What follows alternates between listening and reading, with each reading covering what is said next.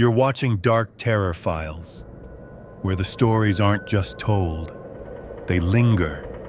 Where are you listening from? Alone in your room, driving through the dark. Drop a comment. I want to know who's out there. The clock on the ICU desk reads 2:41 a.m., and the snow's screaming outside, battering the windows of St. Luke's Memorial like it's trying to break in. I'm alone, my sneakers squeaking on the linoleum as I sip lukewarm coffee, the kind that tastes like regret. Scranton's winters are brutal, always have been. But tonight feels different, heavier, like the air's holding its breath. The north wing's quiet, too quiet. The kind of quiet that makes you jump at your own shadow. Most of the beds are empty. Budget cuts have gutted this place. And the old ICU's days are numbered. They're tearing it down next month, or so they say. Then it happens. A shrill beep slices through the silence, and I nearly drop my mug. The call panel lights up, a red dot blinking like a heartbeat. Room 6B. My chest tightens. That can't be right. Room 6B has been locked since '99. After Amelia Strauss died, their anaphylactic shock. The record said, nobody's been in that room in years. It's sealed. A ghost story the older nurses whisper about over stale donuts in the break room, tying it to Scranton's old coal mining curses. I grew up hearing those tales, miners trapped underground, their spirits calling out. I never bought it. But now, staring at that blinking light, my skin prickles. I lean closer to the panel, my breath fogging the plastic. The buttons glowing, insistent, like it's daring me to move. I glance down the hall toward 6B's frosted glass door, barely visible in the dim fluorescent glow. The storm's howling louder now, rattling the windows. And for a second, I swear I hear something else, a low hum, like static from a busted radio. My hands are cold, clammy, and I wipe them on my scrubs. Get a grip, Evelyn, I mutter. It's probably just faulty wiring. This hospital's older than my mom was when she died here, and half the systems are held together with duct tape and prayers. I radio Mike, the night janitor, who's probably napping in the basement. Mike, you there? Got a call from 6B. You know anything about it? Static crackles back. Then his gruff voice, 6B, that's a dead room. Ev, check the board. I roll my eyes. I am checking it. Genius. The light blinks again, like it's mocking me. I stand, my legs heavier than they should be, and take a step toward the corridor. Something in my gut screams to stay put, but I'm a nurse. I don't ignore calls, even ones that shouldn't exist. The corridor to room 6B feels longer than it should. The fluorescent lights buzzing like dying flies. Snow piles against the windows, turning the outside world into a white void. My flashlight bounces in my hand, the beam cutting through the shadows. St. Luke's is a maze of cracked tiles and peeling paint, a relic of Scranton's better days when the coal mines still ran. Now it's just us, the nurses, the patients, and the ghosts of bad decisions. I stop at 6B's door, the frosted glass cold under my fingertips. The sign reads, decommissioned, but that blinking light says otherwise. I check the call system again, flipping through the ancient manual taped to the desk.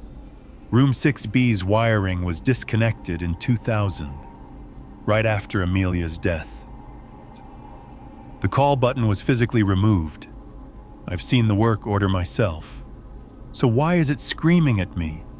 I kneel by the panel, my knees aching against the floor, and trace the wires with my flashlight. They're dead, frayed ends leading nowhere.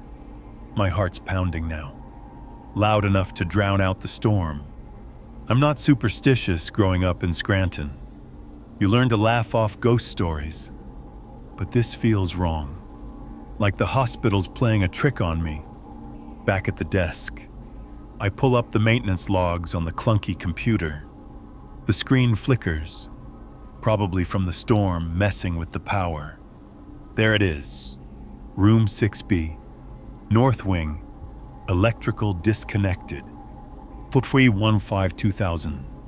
No updates since. I lean back, rubbing my eyes. And that's when the intercom crackles.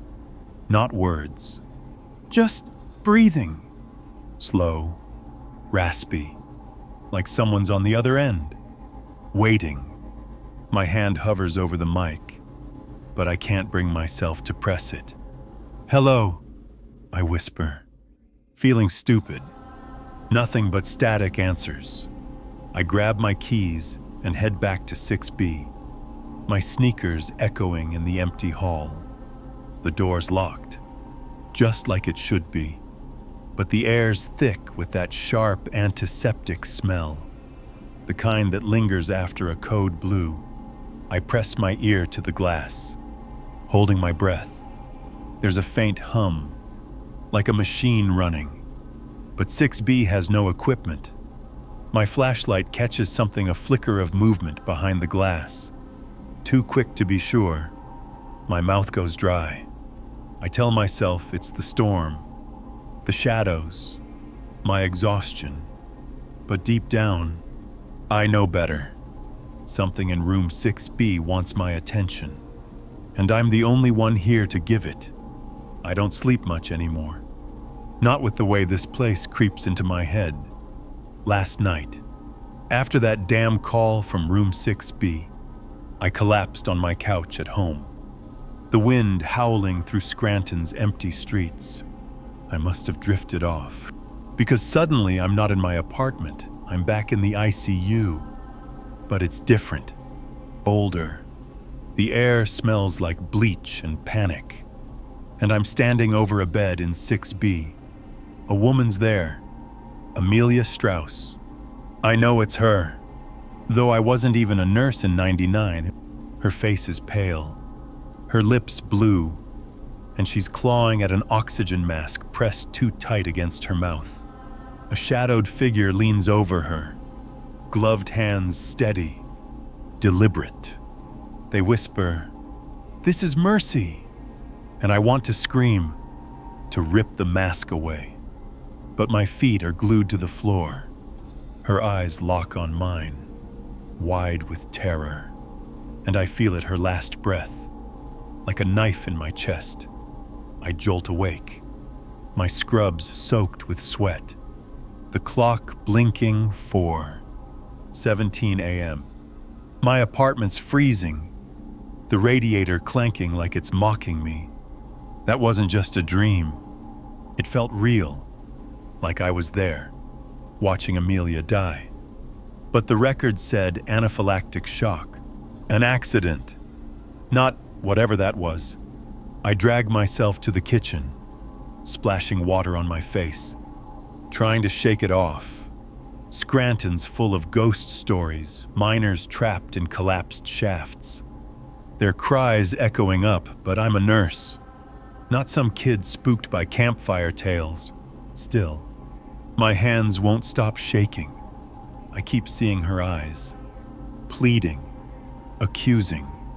I wasn't here in '99, so why does it feel like I let her down? I pull out my old laptop, the one that groans louder than Saint, Luke's Plumbing, and dig into the hospital's public archives. Amelia Strauss, 28, died November 12, 1999. Cause: severe allergic reaction to penicillin. No autopsy. Family didn't push. Case closed. But that mask, that whisper, it doesn't add up. I rub my temples, the headache creeping in. My mom's face flashes in my mind. Her own death here in 2005.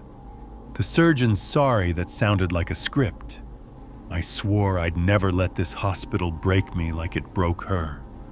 But now, standing in my kitchen, I'm not so sure I'm winning that fight. Back at St. Luke's for my next shift. The storm's worse. Snow piling so high it's swallowing the parking lot. The ICU's quiet. Just the hum of machines and the occasional cough from a patient down the hall. I'm at the desk, trying to focus on charts, but my eyes keep drifting to room 6B's call button. Dark now, like it's waiting. To ground myself, I grab the ICU logbook, a leather-bound relic older than me. Flipping through, I scan the entries, routine stuff, vitals, meds until I hit a page that stops my heart. Patient 6B. 2:41 a.m. Code blue, attended by E. H. My initials. Dated March 3rd, 2017. My hands go cold. I wasn't even working that night. I was in Wilkes Barre, sitting by my uncle's bedside as he faded from lung cancer. I trace the handwriting, sharp and slanted, not mine. Mine's messy, loopy, the kind Dr. Patel always gripes about. This is too neat, like someone wanted it to stand out. I check the digital logs on the computer, my fingers clumsy on the keys. Same entry, time-stamped, uneditable. My pulse races, loud in my ears. In 2017, I was still a junior nurse, barely trusted with the coffee run, let alone a code blue in a decommissioned room. I slam the book shut, the sound echoing in the empty station. Outside, the snow's a white wall, trapping me here with this lie. I radio Mike again, my voice sharper than I mean. Mike, you ever see anyone mess with the logbooks? He grunts, half asleep. Nobody touches those. Ev, you okay? You sound spooked. I don't answer. I'm staring at 6B's door, the frosted glass catching the flicker of a dying light. Something's wrong here, deeper than bad wiring or ghost stories. Someone wanted my name on that page, tying me to a room that's been dead longer than some of my patients. And I'm starting to think it's not just the hospital playing tricks, it's someone or something calling me out. I'm back at St. Luke's, the snow outside piling higher, turning the parking lot into a frozen wasteland. It's my third night shift this week, and my eyes burn from lack of sleep. The ICU's a ghost town, just the hum of ventilators and the storm's howl through the cracks in this old building. I'm at the desk, pretending to chart vitals, but really I'm staring at room 6B's call button, waiting for it to betray me again. I keep telling myself it's nothing bad wiring, a glitch. Maybe even some jerk playing a prank. But after that forged log entry, my gut's screaming there's more to it. Scranton's got its share of ghost stories, sure, but this feels personal.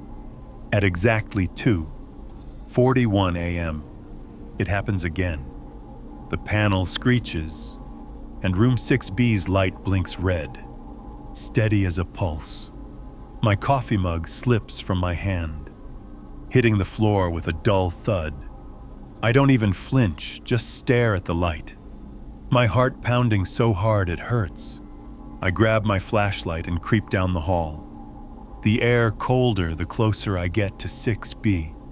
The frosted glass door looms ahead, and through it, I see her a silhouette in a hospital gown, swaying like she's caught in a slow dance with pain. My breath catches, fogging the glass. "Who's there?" I whisper, my voice barely a croak.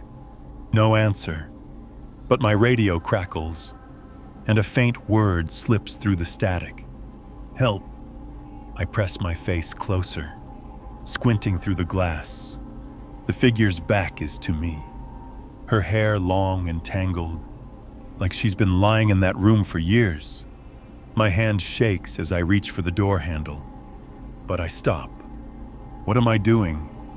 That room's locked, empty, dead.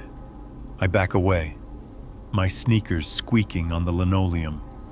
And radio Mike, get up here, now.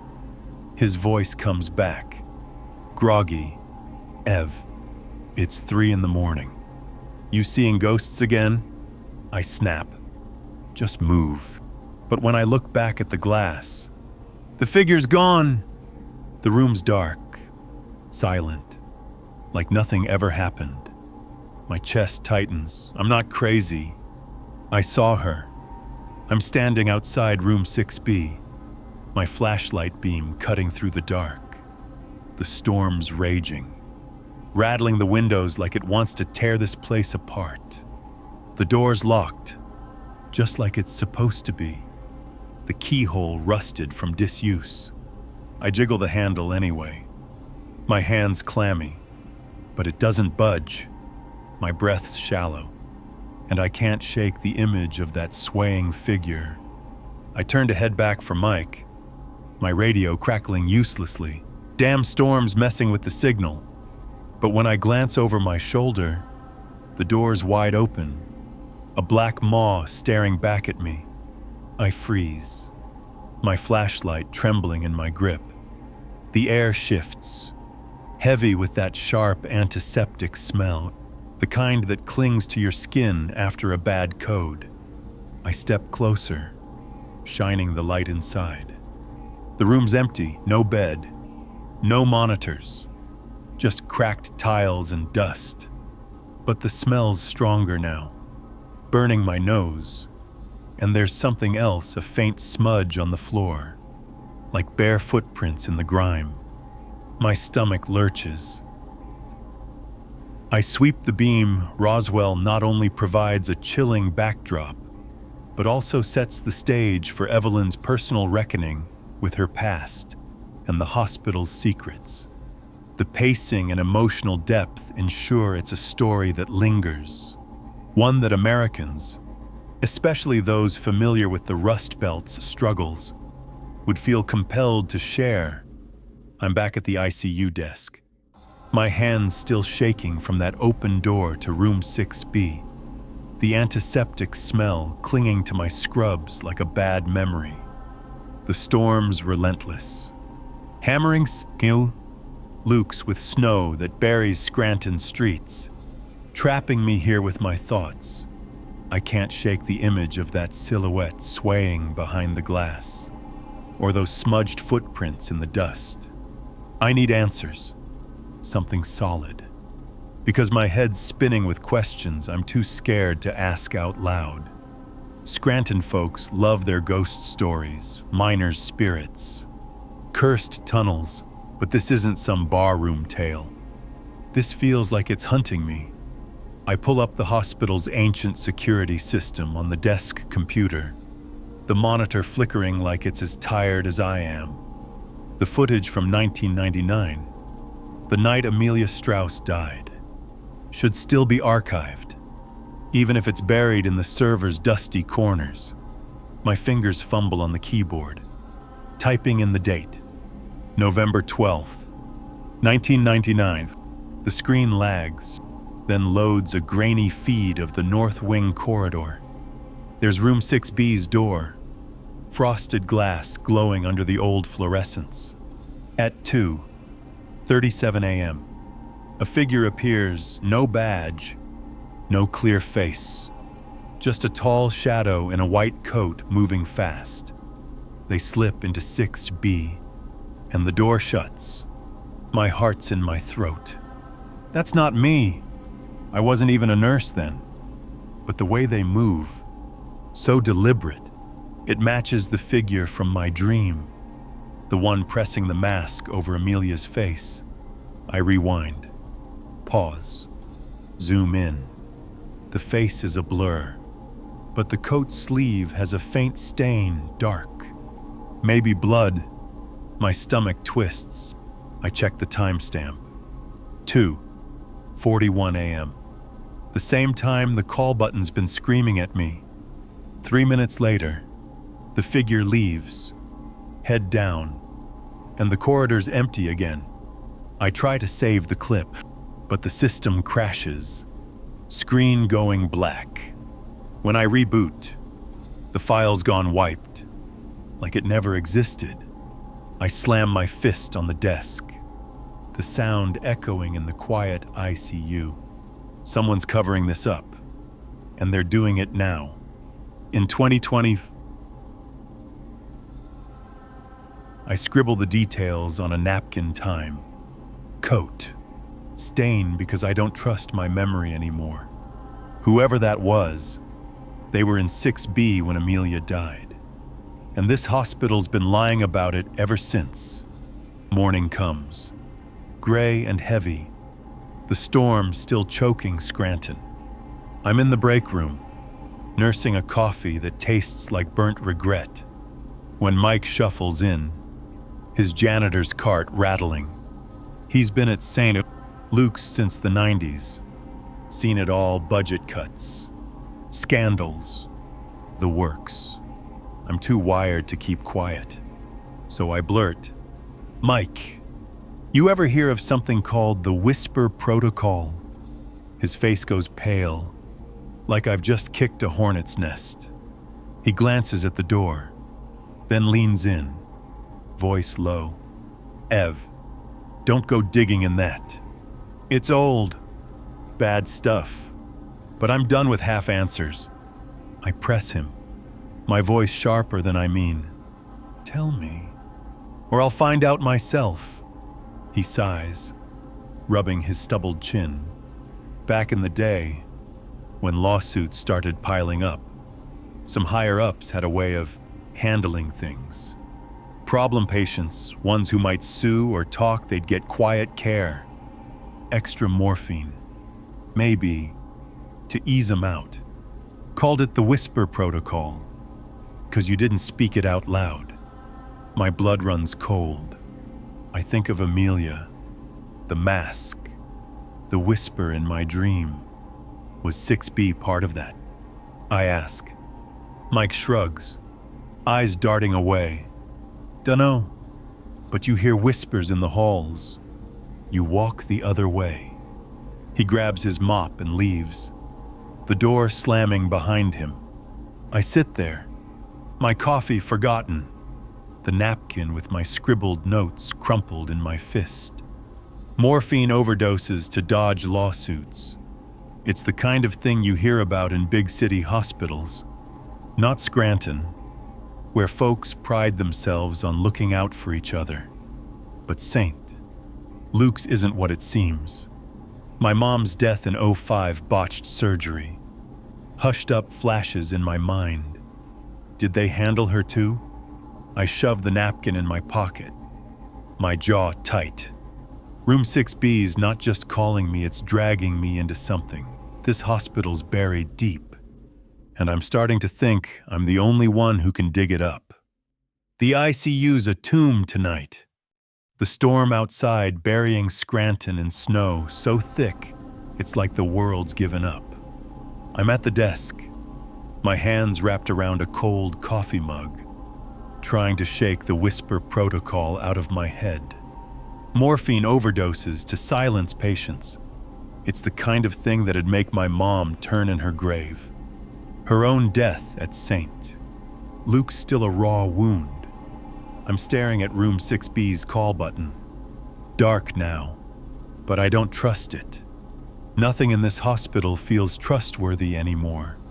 Not the logs, not the footage, not even my own memory. At 2:41 a.m., the intercom crackles to life. Unprompted, I freeze, my heart slamming against my ribs. A woman's voice, faint and ragged, cuts through the static. "I know you didn't do it. Evelyn, but you let me die. My mug slips, shattering on the linoleum, coffee pooling like blood. Amelia Strauss. How does she know my name? I stumble to the intercom, my fingers clumsy on the button. Who's there? I choke out. But the line's dead, just a low hum that makes my skin crawl. I'm alone, or I should be. The storm's howling, the lights flickering, and I swear I smell antiseptic again, sharp and wrong, like it's seeping from 6B. I grab my flashlight and pace the corridor, my sneakers echoing in the empty hall. The frosted glass of room 6B stares back, dark and still, but I can't shake the feeling I'm being watched. My radio's useless, spitting static like it's mocking me.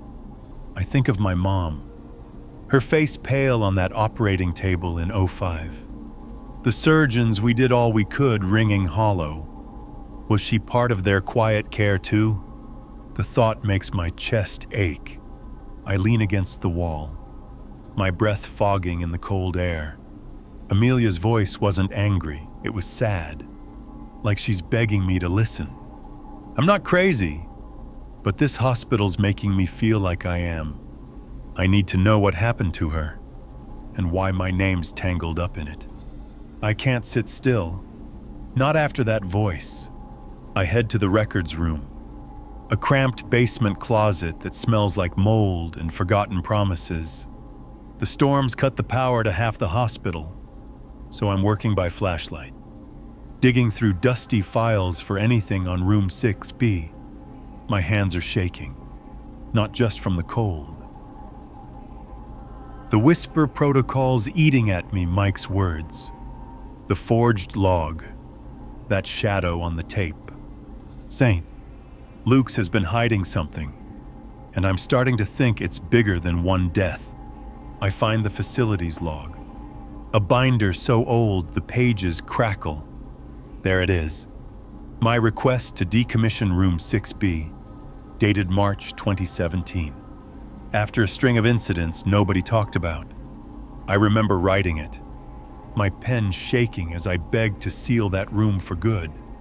But the approval signature isn't mine. It's a sharp, unfamiliar scrawl, like someone mocked my handwriting.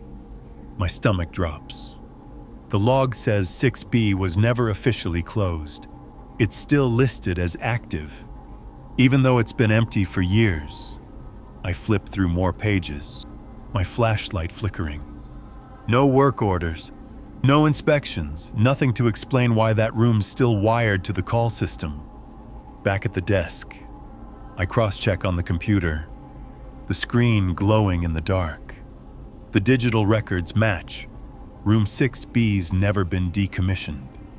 My request was logged, but the approvals flagged as pending. Pending for 8 years. That's no mistake. Someone wanted that room open, wired, waiting. My throat's tight, and I think of Amelia's voice, her plea through the static. This isn't just about her death. It's about what this hospital's been doing in the dark, and why my name's on a lie. I shove the files back, my hands smudged with dust. Scranton's supposed to be about community, looking out for each other. But Saint, Luke's feels like a machine that chews up trust and spits out secrets. I'm slumped in the break room, the storm still raging outside, turning Scranton into a frozen prison. My shift's over, but I can't go home, not with Amelia's voice echoing in my head, accusing me of letting her die. The coffee machine gurgles, mocking the silence, and I'm staring at the napkin where I scribbled about the security footage, the whisper protocol, the forged log. My mom's death in '05 keeps clawing at me, her pale face on that operating table, the surgeon's empty sorry. I've spent years burying that pain, but room 6B's digging it up, and I'm terrified of what else I've buried. I doze off, My head on the table, and it hits me a memory, sharp as a scalpel. It's 2017, and I'm in room 6B, a junior nurse, barely 26, my hands trembling as I start CPR on a patient. She's young, gasping, her monitors screaming. A code blue, but it's chaos, wrong meds, wrong dose. I don't know. My supervisor, Dr. Harlan, yanks me back, his grip bruising my arm. It's handled. Hart, he snaps, shoving me out the door. I hear the patient flatline as the door slams, and I stand there, frozen, my badge dangling like a noose. I didn't fight back. I was scared of losing my job, my license, my chance to make up for Mom. I walked away, and I never asked what happened. I wake with a gasp, my heart pounding, the break room's fluorescent lights buzzing like wasps. That patient was it, Amelia? No, she died in '99, but the log said I was in 6B in 2017. And now this memory feels too real, like I've been carrying it under my skin. My hands shake as I grab my phone, scrolling through old texts from that year. Nothing about that night. But I find a note I wrote to myself. Don't let them silence you. I forgot I wrote it. I forgot I was that person. Saint. Luke's taught me to keep my head down, but room 6B's screaming for me to look up. I'm back in the records room, the basement air thick with dust and secrets. The storms cut the power again, so I'm hunched over files by flashlight, my breath fogging in the cold. I'm looking for anything on Dr. Harlan, the supervisor from my memory, or the shadow in the '99 footage. The whisper protocols still burning in my mind, morphine overdoses to handle patients. Was that what happened in 6B? My mom's face flashes again, and I shove it down. Focusing on the files, I need proof, not ghosts. I find a staff roster from '99, yellowed and crumbling. No Harlan, but there's a Dr.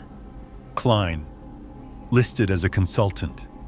No first name, no credentials, just a note. Temporary. Approved by Director Ellis. My pulse quickens. Ellis was the old director, retired in a hurry after '99, supposedly to Florida. I dig deeper, finding a memo about Klein's special assignment in the North Wing.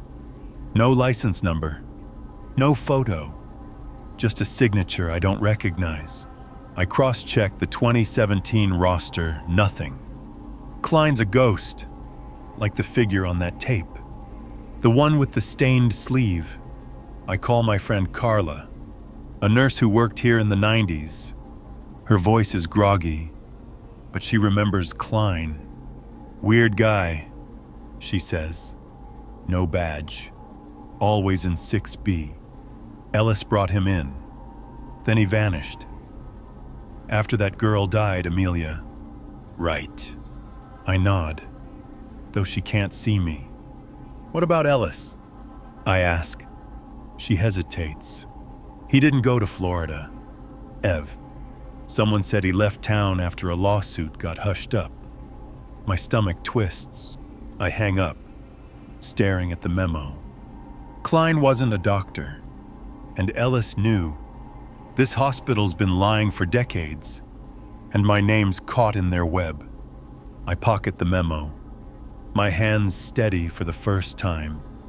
Room 6B's not just calling, it's pointing me to the truth. The storms turned Scranton into a frozen wasteland. The snow piling so high, it's swallowing Saint. Luke's parking lot whole. I'm back at the ICU desk, my hands clutching a fresh coffee, but it does nothing for the chill in my bones.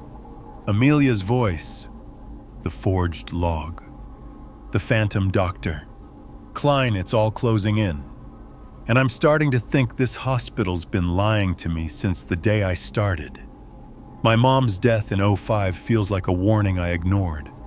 Her pale face haunting me every time I blink. I shove the memo about Klein into my pocket, its edges crumpled from my grip. I'm not sure what I'm fighting, but I know I can't walk away. As I'm restocking the supply cart, something slides out from under a pile of gauze, a cassette tape. The kind nobody's used since the '90s. It's labeled for night shift in faded marker. And my heart skips. I glance around, but the ICU's empty. Just the hum of machines and the storm's howl. I dig out the old tape player from the break room, dust coating my fingers, and pop it in.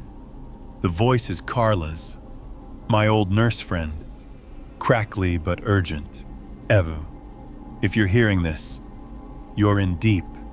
If room 6B calls 3 times, don't answer. That's when it traps you. I saw it happen in '99. Amelia wasn't the only one. Get out before the 3rd call.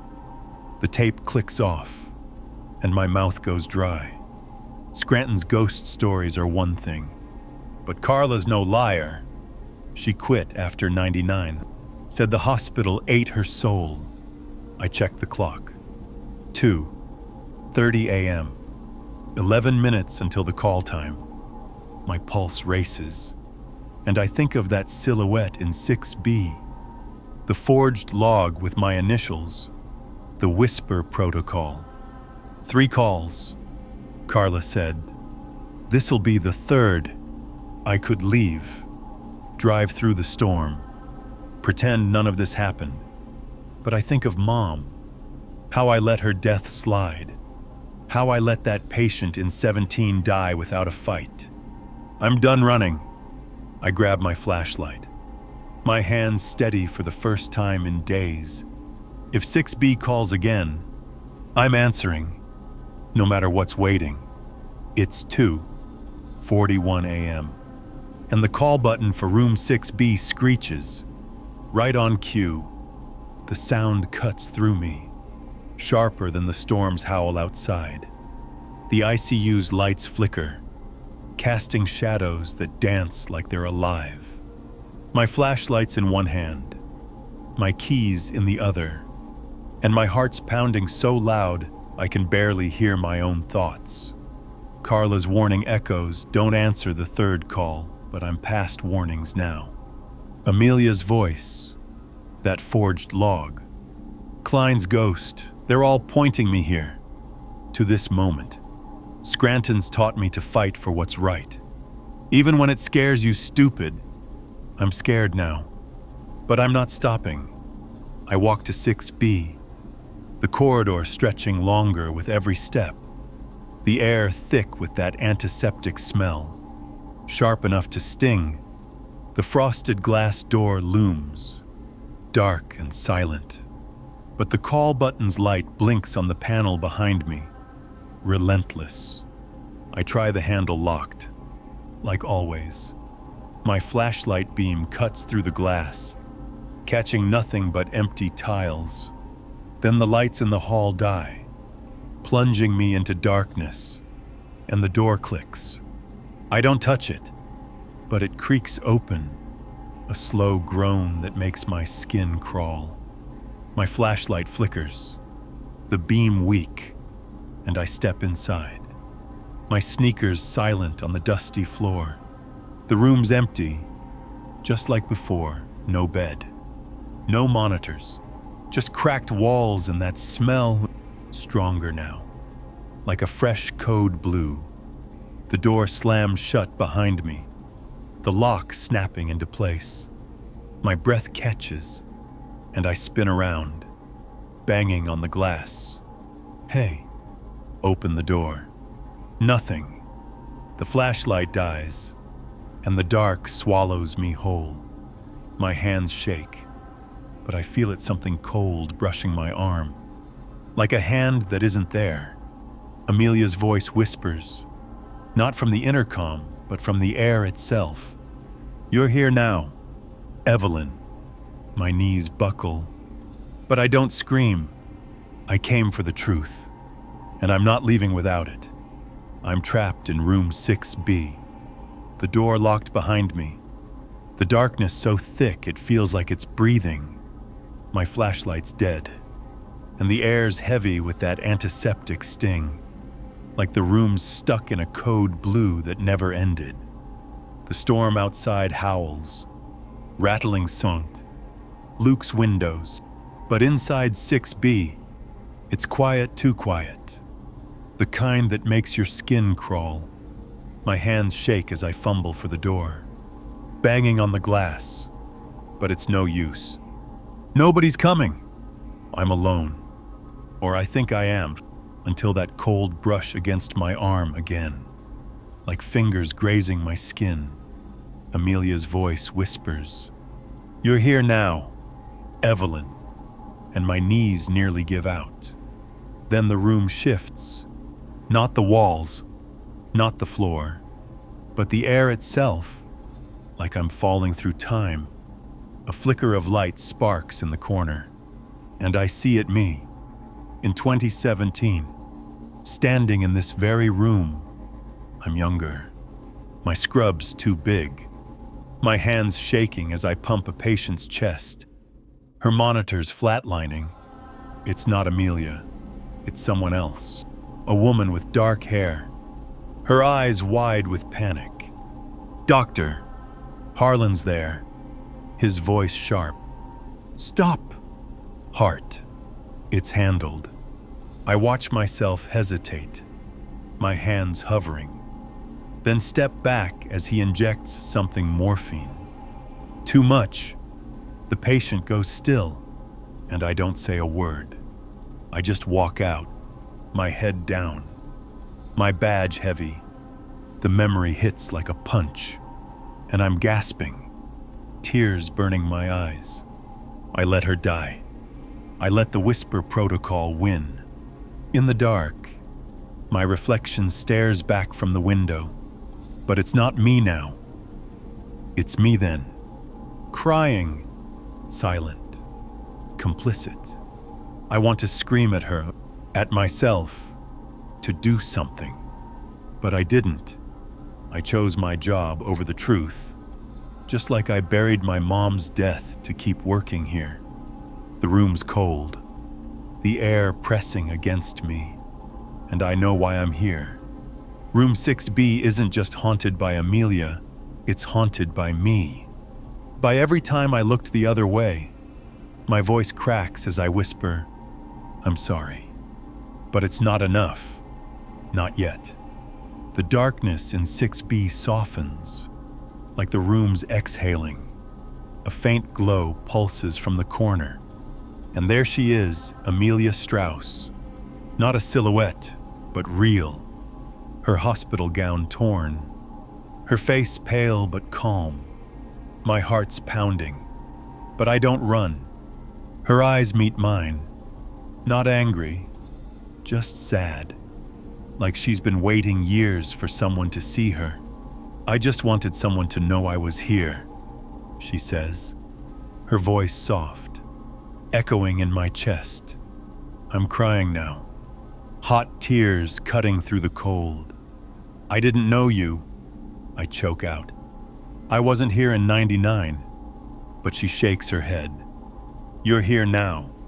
She steps closer, and I see at her wrist a faded hospital band, her name printed in smudged ink. The air hums, and I feel it, her story pouring into me. Not just her death, but the cover-up, the fake doctor, the morphine that silenced her to protect Saint. Luke's. My hands clench, nails digging into my palms. I think of Mom, of the patient in 17, of every lie this hospital's buried. "I'll tell them," I say, my voice steady despite the tears. "I'll make them listen." Amelia nods, her form flickering, and the room warms. the antiseptic smell fading. I stumble to the desk when the door unlocks. My legs shaky, but my mind clear. I grab my laptop, my fingers flying as I type it all the whisper protocol.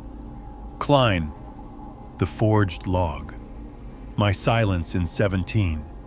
I email it to a Scranton Times reporter I know. Someone who'll dig where I can't.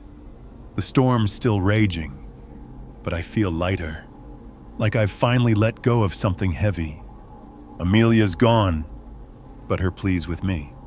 She wasn't just a ghost, she was a reminder that some truths can't stay buried. No matter how hard this hospital tries. Spring's come to Scranton, and the snow's gone, leaving the Lackawanna River sparkling under a weak sun. Saint. Luke's north wing is a pile of rubble now. The ICU torn down like it never existed. I stand in the empty lot, my sneakers crunching on gravel, watching bulldozers churn up the past. The air's clean. No antiseptic sting. No ghosts whispering in my ear. I quit night shifts after that night in room 6B. After Amelia's plea, after I sent that email to the Scranton Times, the reporter, Jenna, broke the story wide open, whisper protocol. Fake doctors, hushed up deaths. Saint. Luke's is under investigation now. Its secrets spilling like blood from a bad wound. I don't know if it'll change anything. But it's a start. In my pocket, I carry the old call button from 6B. Its plastic worn smooth from my fingers. I kept it when they started the demolition. A reminder of what I almost let slide. I see Amelia's face every day, her sad eyes, her hospital band, her voice saying she just objet wanted to be remembered. I think of Mom. 2. Her death in 05. The lies I swallowed because I was too young to fight. I'm not that person anymore. I've got a new job at a clinic across town. A place that treats folks like the neighbors I grew up with. Honest and kind. It's a different life. One where I'm not haunted by this place anymore. Every night at 2:41 a.m. I wake up, my body clocked to that exact time, expecting the call. It doesn't come. The hospital's under a microscope now, and I'm part of why. I sent that email to Jenna, spilling everything Dr. Klein, the forged logs, the whisper protocol. The Scranton Times ran the story, and it's hit the fan. People are angry, scared. I'm not sure what'll happen to Saint, Luke's, but I know I did the right thing. I'm home now, in my small apartment by the river, the same one I've lived in since I was a kid. The call button sits on my kitchen table, a relic of that night in 6B. I don't work nights anymore. Haven't since that moment I stepped into that room and faced the truth. I'm a day nurse now, working regular hours at the clinic, helping folks who trust me to do right by them. It's a better fit, a place where I can be myself again. But every night, my eyes snap open at 2:41 a.m., like my body's still wired to that moment.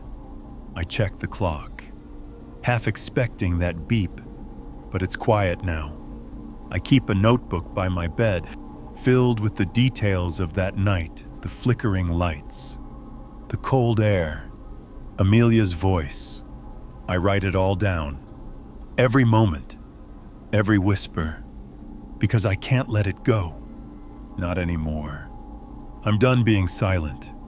I walk by the river sometimes, past the old coal breakers, their skeletal remains dotting Scranton's hills like ghosts. This town's got a toughness to it, a stubborn heart that won't quit, and I'm part of that. I carry the call button everywhere, a talisman of my failure and my fight. I won't let Amelia be forgotten. I won't let myself forget. The clinic's quieter, warmer, filled with people who know my name. They trust me, and I'm not letting them down. Not like I did before. I sent that email, and now the world knows. Saint, Luke's might not survive this, but I will. I'm Evelyn Hart, and I'm finally free.